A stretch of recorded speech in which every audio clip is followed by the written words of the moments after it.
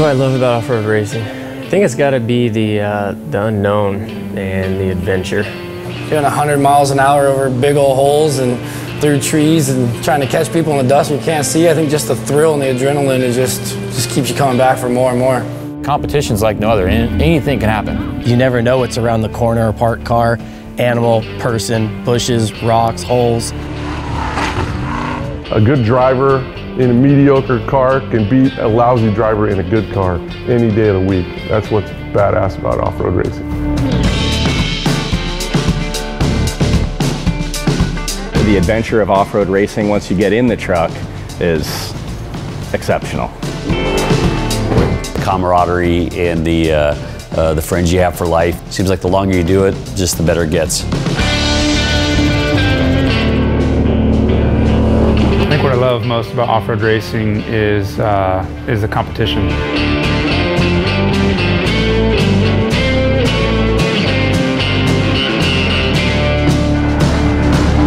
It's doing the best you can against the desert and beating the desert. Really fun part of off-road racing is trying to figure out the recipe for the win. You know, winning these days, there's so many people out there that are prepared and fast, and they go out to win, and the competition is stiff. So,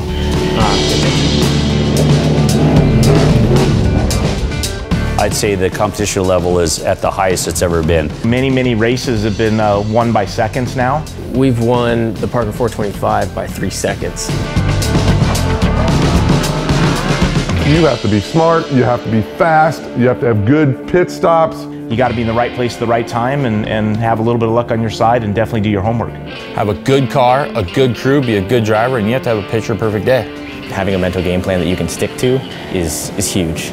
You have to have a good game plan, you have to know how to stick to the plan, and you always have to have a little bit of luck. I think it takes a lot of luck more than anything. You know, everything is so good now, you can really drive them hard. Back in the day, you had to take care of them, you couldn't drive them at 10-10s. 5-10 years ago, you can count on people breaking. Nowadays, there's 10 to 15 solid competitors that aren't going to break. That's what's made it very competitive. Anyone that's got some talent could almost get in a good truck and win.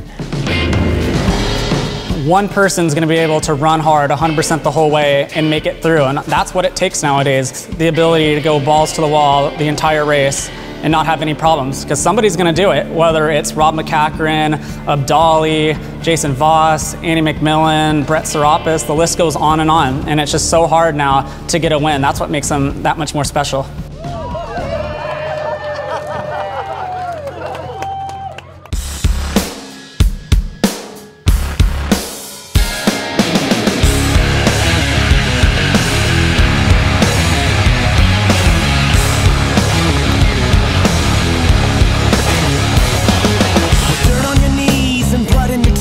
Life to lead you to believe in something, but it's coming, the numbing. So we dive on into the deeper end for a blissful kiss from Judas' lips, but it's coming, oh yeah, the numbing. Supernova, you taste that can be, you won't feel a thing.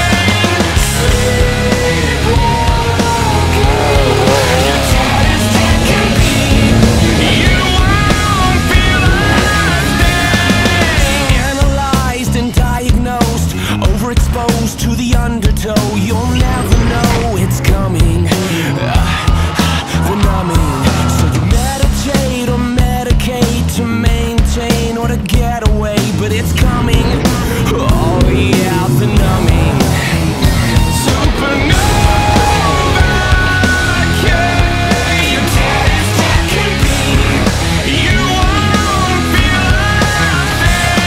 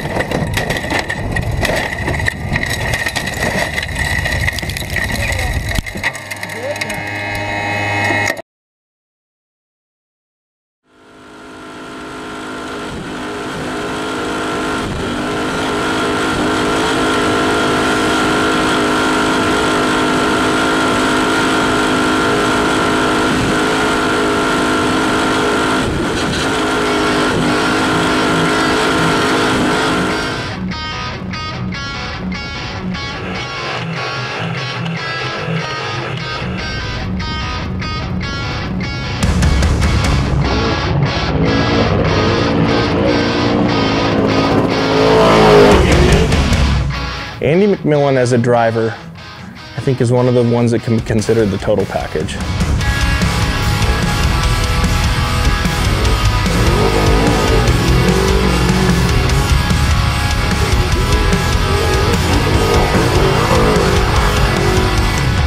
He's fast, he's smart, he's methodical, he puts in the time and works hard. There's a lot of drivers that have one or some of those elements. There's only a handful, I believe, that kind of have all of them. Andy's quite the talent, and you know, he's still young. If he focuses on off-road racing like he's doing now, when he focuses, he's going to be very successful.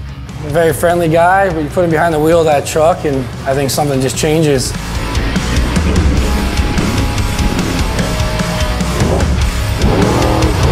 He's going to be there at the end of the race to battle that last 50 miles. I've never had another truck come back consistently after every single race and almost look like new at the end. It's amazing that he goes as fast as he does while being as easy on equipment as he is. He's definitely one you got to look out for.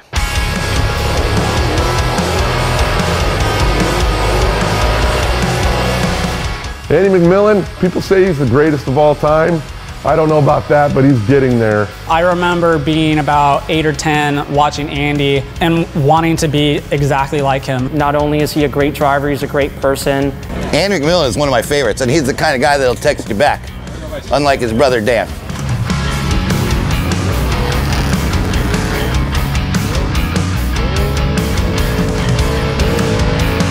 He won in Geyser, he won in a Mason, he won in a Tisco.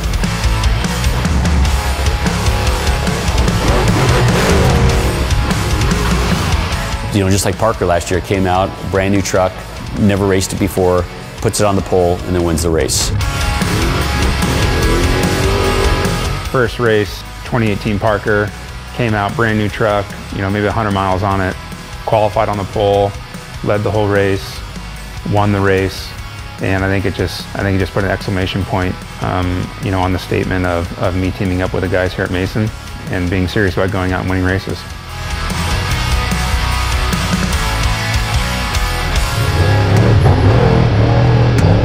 When Andy went out there, qualified #1, and then won that race, it was like a little kid's dream who came true.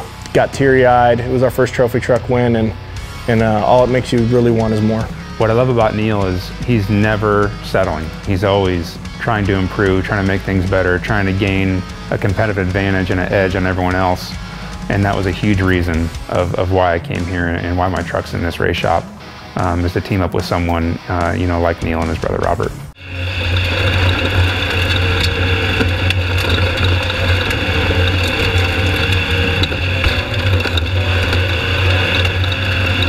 Welcome to the city, said a young man sitting next to me.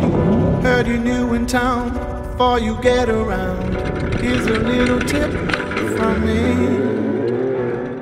By the time I slow down to nerf somebody, he knows I'm there, he can jackrabbit it. So what I'll do is I'll try to sneak up, find a clean slot, and just, you know, make a dive bomb and make a pass. Remember, my friend, it's a town we're fighting for. Welcome to your paradise, where the little man pays a bigger price. Take another hit, just get it over with. We're a little sick, you see. We can't stay down no more, we gotta make it known. So get back up, you're not alone. Then hit them back, leave them gripping to the floor. Never had a choice, they're knocking at your door. Remember, my friend, it's time and this is war. Nerfing, it's part of the sport. Ultimately, you know, that was the way we pass. You know, if you get caught, you bump the guy, he moves out of your way, and you continue on. To me, it's part of the sport. I know nowadays people are like, he hit me, and it's like, what are you talking about? I mean, that's the way it goes, you know. And when you get bumped the first time, pull over, because if the guy catches back up and there's a second time, it's not going to be pretty. If they don't move, if they try to wrap it, then it's fair game after that. They deserve what they got, because if you caught them, you got to get them out of the way. Welcome to the auto. Take a deep breath, take the higher road. It's what they always say, as if they know the way. They won't take it from me. I don't think you go up and you ever try to go slam someone, rip the back of their truck off, but you go up, you put your bumper on them, and you lean on them and push them. So I call it pushing maybe a little more than nerfing. The way I was taught, you come up, you bump them once, if they don't move, you hit them harder the second time. If they don't move, the third time you move them. So, you know, and I'm good with that. I think it's fair, and that's the way it should be played. It's time and this is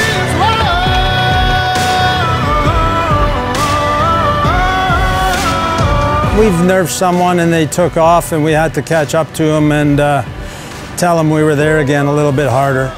One of the toughest parts of desert racing is passing people. When you're in the dust and you run somebody down and you have the siren on and you bump them and they run, that's enough to drive you insane if you're the guy in the back. Man, when you nerf someone and they take off, it fires you up. You just go into rage mode and you just want to chase them down and give it to them one more time. Actually, that was like the biggest fear I had in racing, was getting nerfed. Because I'm like, oh my gosh, this is how people do it. Like, they just run up behind you, stop, and just nail you.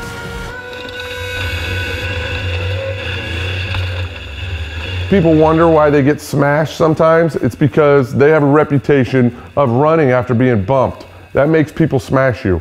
That's kind of how it goes down in the desert.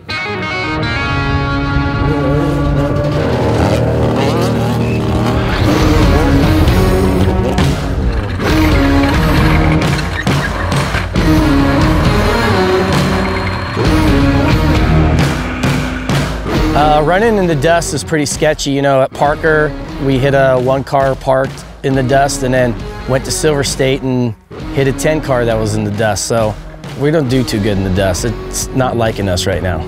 Super sketchy, super fast. I'd rather be out front with no dust.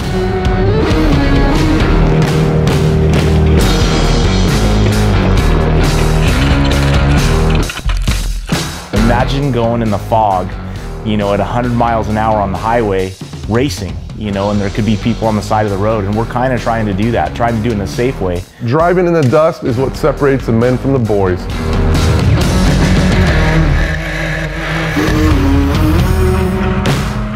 Driving through the dust, it's not fun. I try not to drive in the dust too much. Things get out of hand real quick. There's a lot of obstacles out in the desert.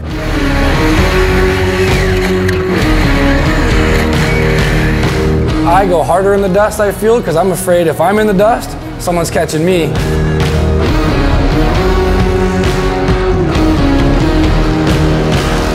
You try to be careful all you can, but it does bite you sometime. I know we hit someone really hard one time we couldn't see, and it just it bit us, bit him too. It'll come off. Straight. There it goes. Easy left. You know, and I've had my incidents where I ran into the back of people. Rob was driving my truck, I think 14, and there was a slower guy in a trophy light, and 10 car went by and he pulled out, he didn't check, and, you know, rookie mistake on his end, and sent my brand new trophy truck flying end over end about 5 times. And he pulled onto the course knowing his car wasn't going to run, and I ended up clipping him. The dust actually teaches you a lot about patience.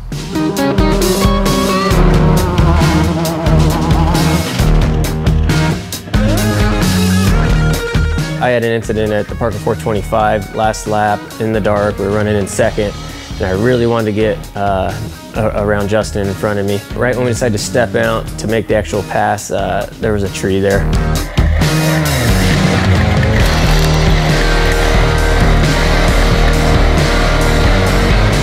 That sucks. It sucks. You know, there's times when you don't have a choice. If you're coming into a silt bed and it's stuck with 5 cars deep, you have to keep charging. It doesn't matter what's in front of you or that you can see absolutely nothing, and you just go for it any way you can. In this particular case, dropped off about a 15-foot drop off.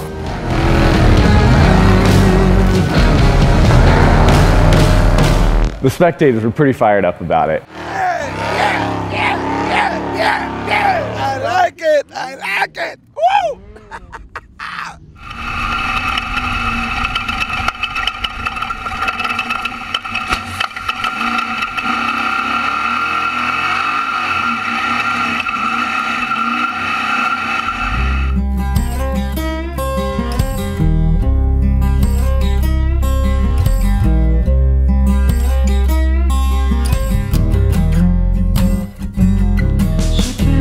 I think Rob McCachran is, you know, what do they call him, the GOAT? He is, in my opinion, the best that the sport's ever had.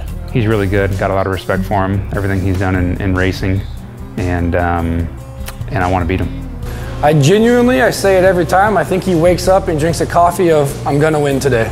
He's so good at winning that he should probably do an extra lap to make it fair.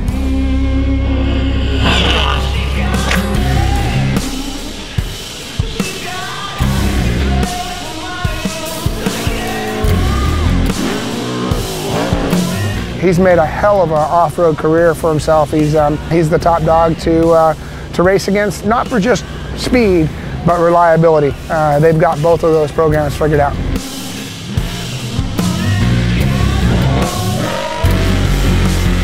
I mean, you watch him out on course, and it doesn't look like he has the most aggressive style. You don't usually see him ripping the dirt lip off. You don't see dirt flying over the hood. He's just so smooth, it's ridiculous. It doesn't even look like he's going fast, is the thing. Vegas Reno last year, I'm watching at the very end, qualifying. Rob Mack comes into it and just kind of goes over it, and I actually said to, I think Bo, I said, that's not gonna win qualifying. And he ends up winning by like 4 or 5 seconds. He's just that smooth and that good. He just knows how to get it done, and I don't think he makes mistakes, ever.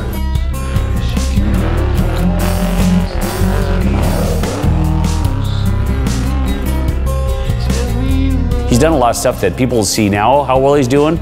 Yeah, you should see what he did 20, 30 years ago. He's always done this. Rob's good, man. He's the best there is out there. His hair always looks the same. He's been able to give me a few pointers to help me as a driver and as a person. Of course, he won't tell me everything, which I wish he would. He can't just have one #1 on his truck. He has to have two just to show that he's that badass of a trick truck driver.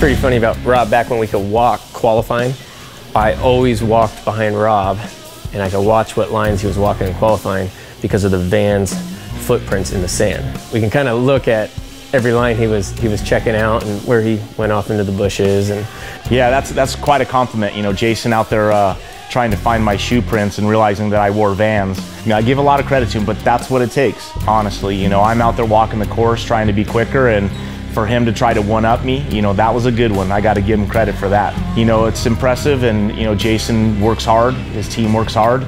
I don't know when he started the mustache. I have noticed it, because it's hard not to notice it, I think. He can rock a mustache, actually. I'm jealous. I can't even grow a mustache, but if I could, I'd make sure it was better than Jason's, because he sets a pretty high standard for that. The stash, that's awesome. I like it. I think it gives him, you know, 90 more horsepower in that truck to win races now. I've tried to, you know, start mine, but it hasn't become as good as his lately. Yeah, you know, luckily I've never had to grow a mustache to start to win or to get some wins in, but yeah, it worked for him, you know, and maybe I need to send him some shaving cream and some razors, cut that off. You know, there's a lot of people that say it's the mustache and him winning races, and then, you know, one goes with the other, but 2 years ago he had a mustache. He didn't win the race. He had a mustache at the Mint. He didn't win the Mint. In fact, I believe the one weekend that he showed up to race without the mustache, he didn't win. And then we had a conversation about this. It's the stash. It's the Dale Earnhardt rule of racing.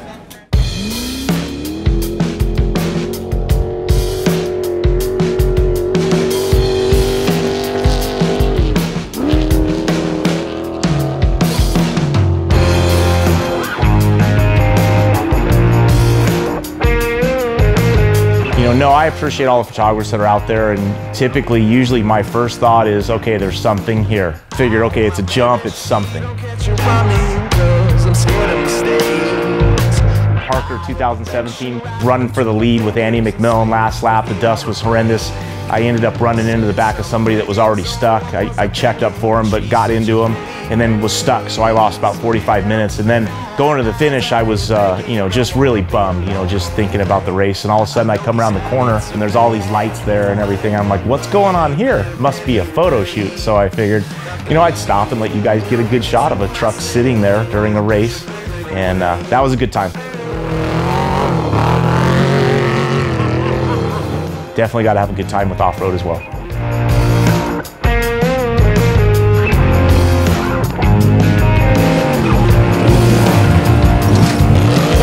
Too many times I catch myself thinking words that shouldn't come out, and then I think that my head and heart just don't connect to my mouth. Now I'm back to you, don't think I have intentions, I'm just feeling out of place. Only for my baby, just don't wanna make a mistake. I know these habits are bad for my health, but I keep them anyway. Not gonna be true to myself, don't wanna push anything away.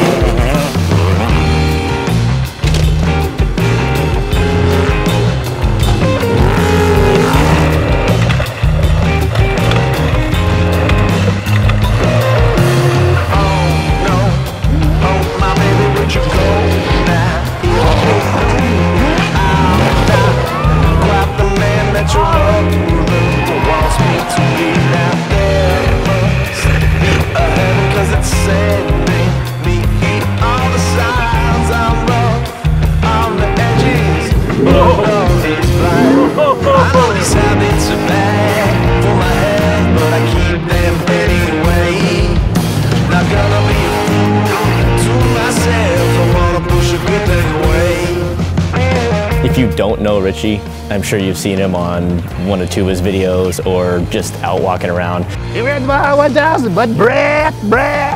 Richie's awesome. He's the coolest, most mellow dude.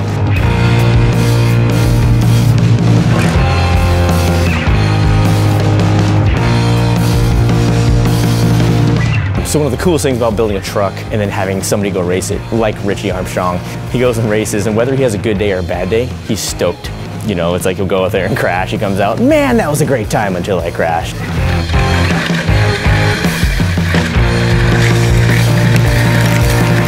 To be with them from the process of building the truck, doing driver training, pre-running with them in the same cars. It's really cool to be able to share stories of Baja and racing in the States. It's really cool. It's relationship building along with building trucks. So it's awesome, something we get to do.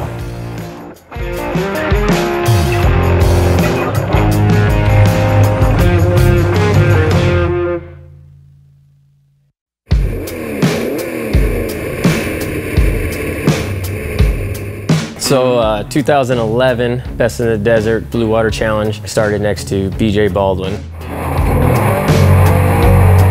I came out on front, so you know my co-pilot and I were stoked on that. I would consider him, you know, maybe a vet. You know, he's kind of old. As we come up over the top of the rise, out of nowhere, we're just blasted with roost.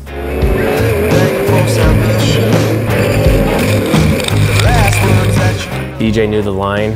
He'd been racing much longer than I had. But I think I showed BJ Baldwin it when he beat me out of the start line and I got him back, so. Fast forward a few years here, I was starting next to Serapis.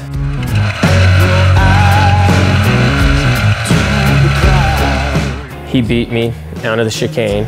It was pretty cool to get the whole shot after Jason Voss. He's one of the fastest guys in the class, so it's really important to get ahead of him, and we were able to pull that whole shot.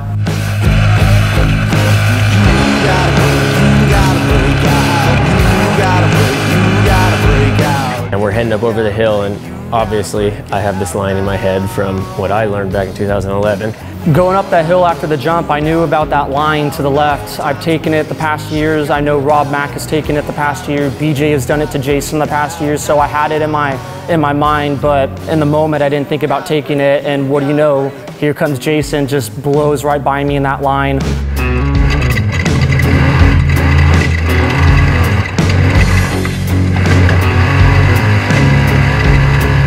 So I did it to BJ, BJ did it to Jason, and then Jason did it to Serapis. Perfect. See, that's how it all goes down.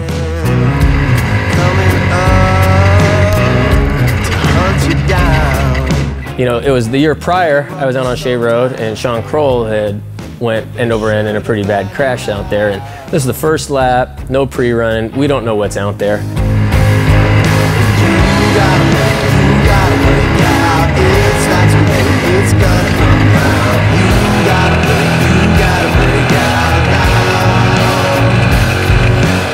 Unexpectedly, as we get out on Shea Road and I got my foot to the floor, Brett comes back by us. Hammer down all the way down Shea Road, everything I could possibly do to get that track position back from him. You know, I'm thinking to myself, like, really, kid? You know, because he's younger than I am, so I could call him kid. I just remember telling my co-pilot, I was like, oh, hell no, we are not going to let this happen. We put our foot in it, and we chased him all the way down to the left-hander at the Matterhorn. And all of a sudden I see Jason, here he comes again, not give it up.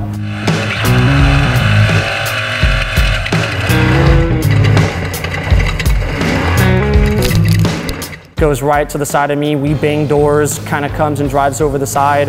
You know, as best as off-road racing gets right there, that's two young guys that are really fast and they got a lot of talent. Probably the most intense racing I've ever done in my life. You know, I got the blood flowing for a first lap.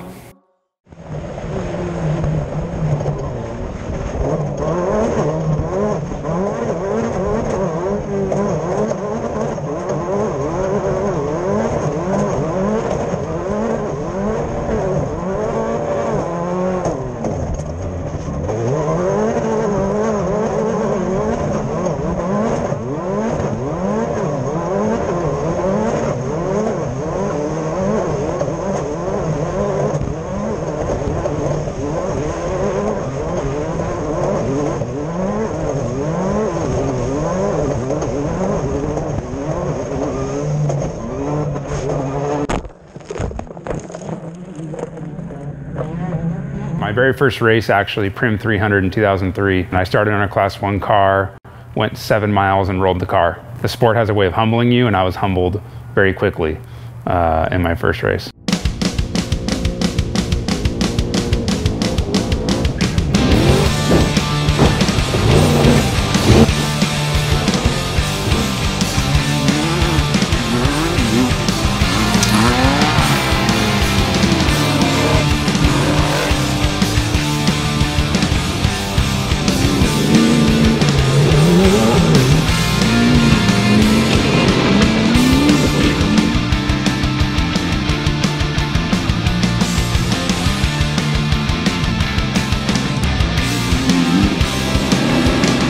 I was having a great race at this year's Parker 425. Was going on a road that I know very well. I've been on it for years. I saw 2 cows sitting on the side of the course, and instantly my head was like, oh my God, don't cross the course.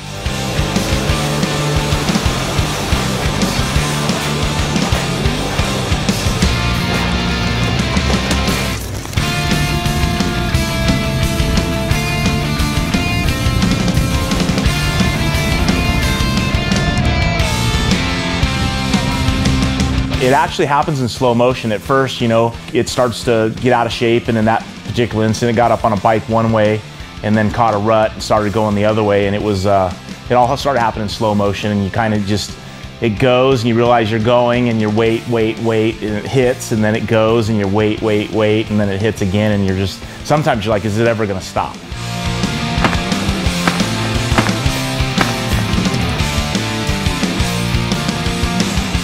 I'm okay. Rob crashing this year, I think that's the first time I've seen him crash a trophy truck in the last 10 plus years. So it don't happen very often, but we're all human, we all make mistakes, and sometimes people run and jackrabbit from you and you go into nerf them and you end up crashing.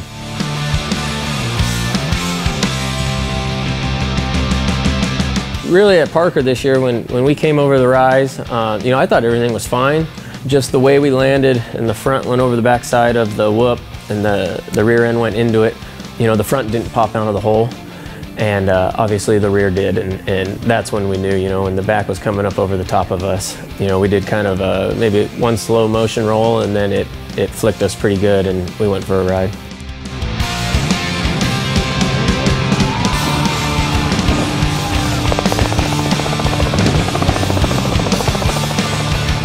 But that's what happens these days, you know, in qualifying, everyone is pushing so hard. If you want to be up in the top spots, you got to do that, and that one happened to bite him. God, he was okay and he could walk away from that crash because that was brutal.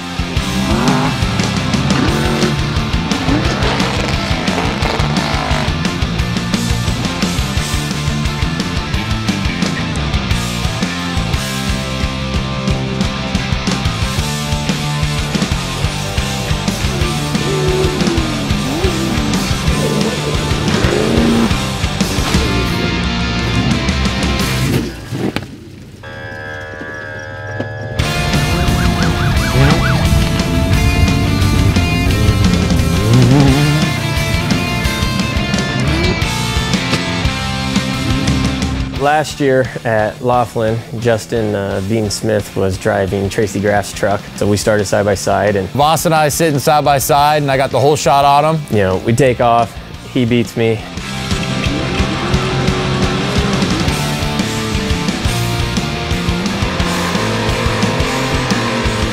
Everything was going good. I was like, all right, I got the whole shot, feeling good about it, and I made a mistake, pushed a little bit too hard.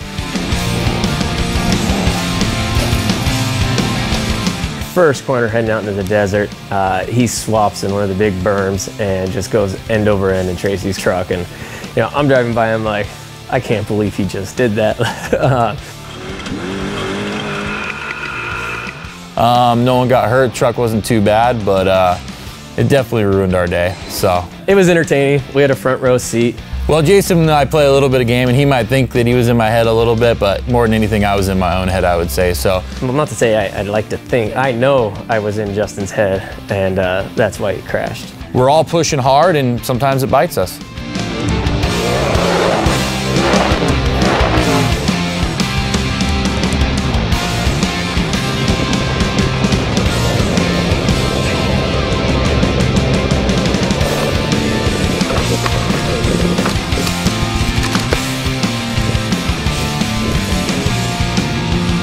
We balled up our trophy light pretty good here at Parker at the 2-day desert challenge, and that was my biggest crash. And we actually got out of the car, flipped it over, and finished 7th overall for the weekend. So as long as you have all your safety equipment on, you'll be all right.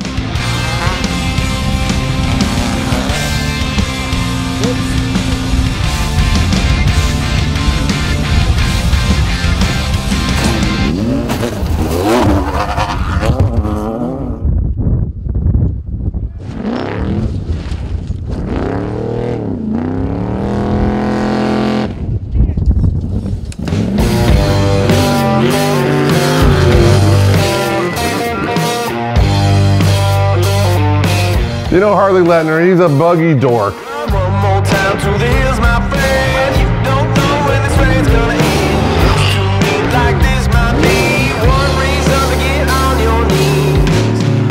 There's a couple of drivers like Harley, they don't have a throttle pedal, they have a switch. Harley, incredible guy. I remember one time up in Beatty, he ended up betting me that he would out-qualify me, so I took that $100 from him. But you know, I haven't lost to him again, but I also haven't bet him anymore because he's quite capable of being on the pole with that buggy. Bad mofo in a Class 1 car. He's wild, that's for sure. He's fast. He makes the dune buggy go.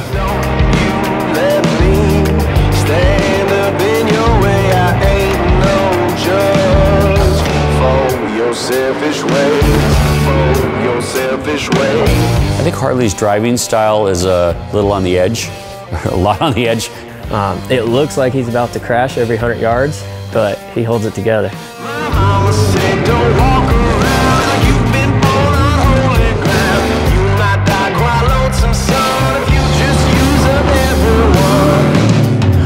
Now he's driving for concrete. I think that's cool that Kevin's given him the opportunity because he's a talented driver and he's taking his craft very serious.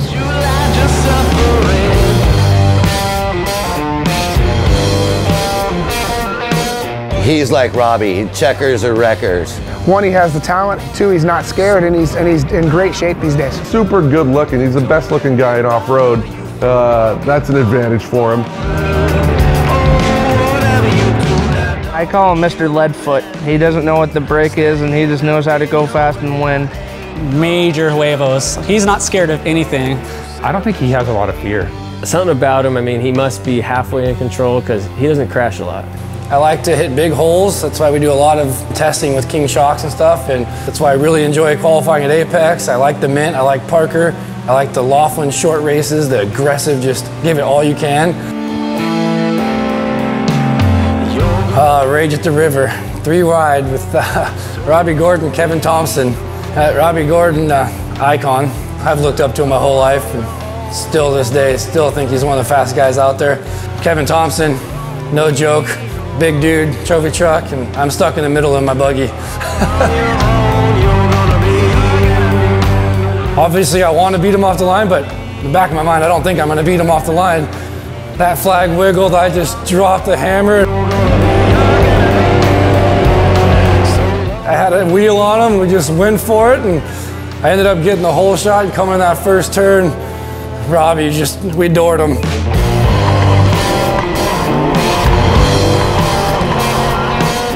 You know, I wanted to race him clean, so it was one of those ones we were basically inside of him.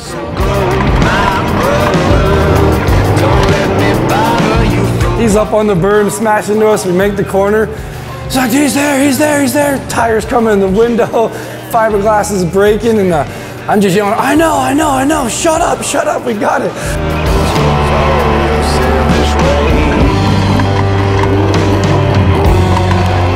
Nothing squirts. I mean, I know what that car is. It's very similar to what the Dakar Hummers were back in the day, and it puts power down really good. And he was able to squirt on us a couple places. And we hit the first jump, and I thought he was just gonna push us over the top, and he didn't. He ran clean. We both ran clean as much as carnage was going on. Talking to him after the race, and did you know I was there? Yeah, I knew you were there. Well, I figured you'd pull over. I said, maybe someone else did, but not me. So it was fun. It was good racing. Like I said, he's a racer that you like racing with because he'll race you clean, he'll race you hard, and you'll have fun racing with Harley. That first lap after that was the gnarliest lap of my life. Came in the infield and they did a restart. I was never been so mad in my life because I could never duplicate that again. We took off. I kind of got to jump a little bit. Kevin and I were side by side, and we thought we had it. Then all of a sudden, you just hear 9,000 RPM of screaming motor.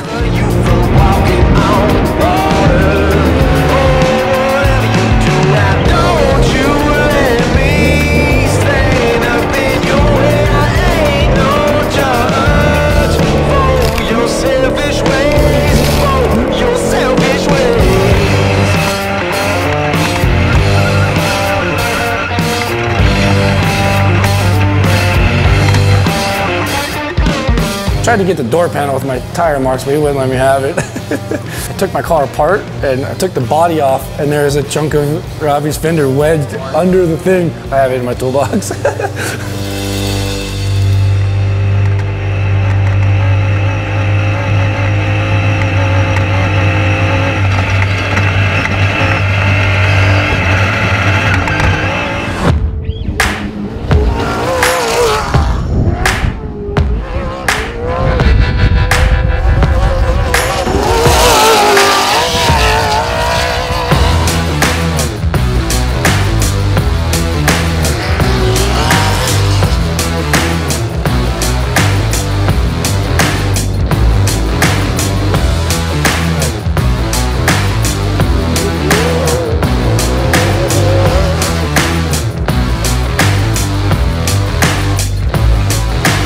I grew up a big fan of the sport since I was 3 or 4 years old, and you always knew when Robbie was coming through. He was coming through sideways, 20 miles an hour faster than everyone else was. He was the show. He's a showman, he's fun to watch. Definitely one of the most talented drivers of all time. His car control's so good that he can do things with a vehicle that a lot of us can't.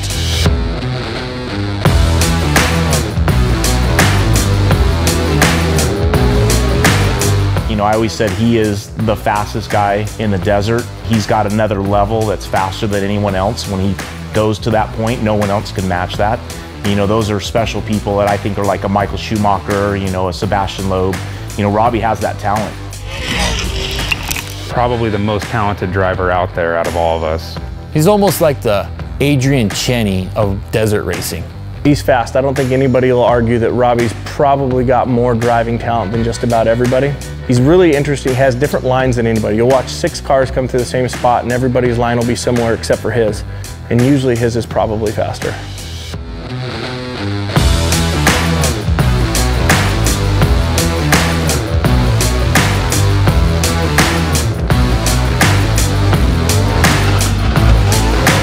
What Robbie Gordon's done for the sport and the attention that he's brought single-handedly is something to admire. But he's definitely a go-getter, wants to make a lot of stuff happen, and I got to give him credit. Sometimes I think there's 2 of them, because how else would you get all the stuff done that he's doing?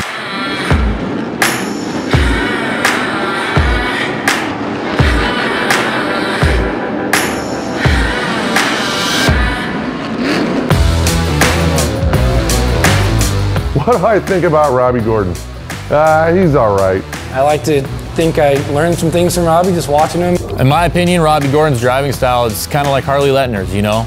Lets it hang out. I like his style. I like how he is. He's aggressive and he just goes for it. Always, as fast as he can go, no matter what.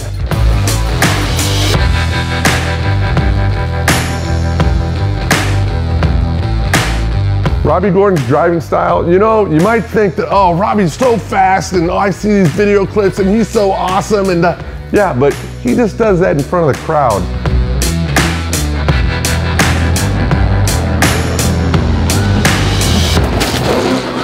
Overall, Robbie is really smart. Gets on the gas and everyone knows he has the loudest truck ever. Robbie Gordon's truck's probably the best sounding truck out in the desert right now. It's NASCAR meets off-road meets just angry pissed off.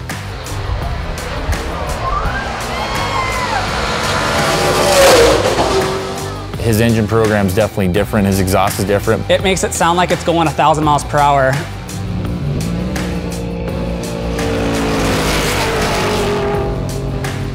The sound that truck makes, it literally gives you chills when it goes by. And it gives you chills before it goes by because you hear it coming from a mile away. You can definitely hear him coming from 100 miles away. Just hear that Speed Energy Chevrolet screaming.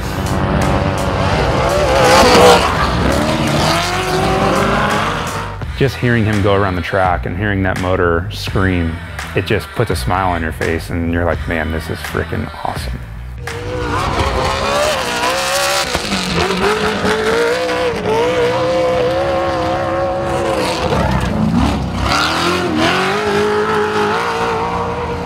Don't wait for the green light, just go.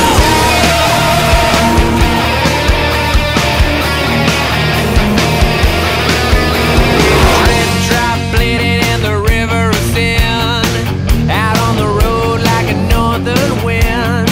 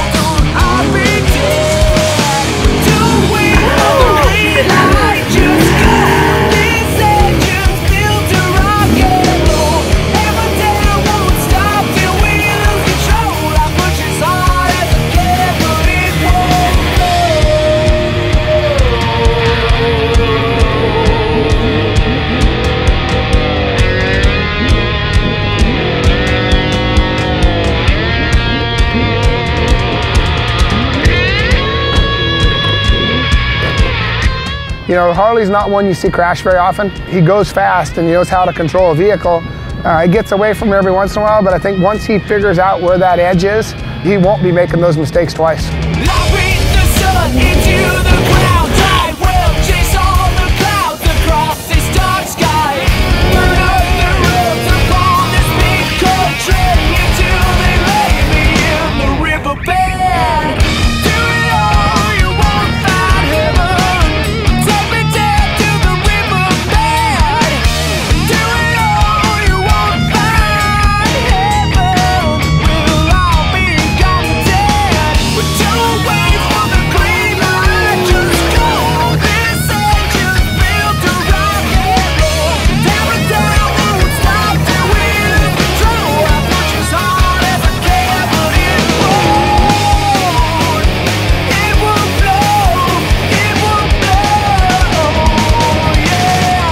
Enough of this superstar trophy truck stuff. Let's show some Pistol Pete clips. And not just the ones where I run out of talent either.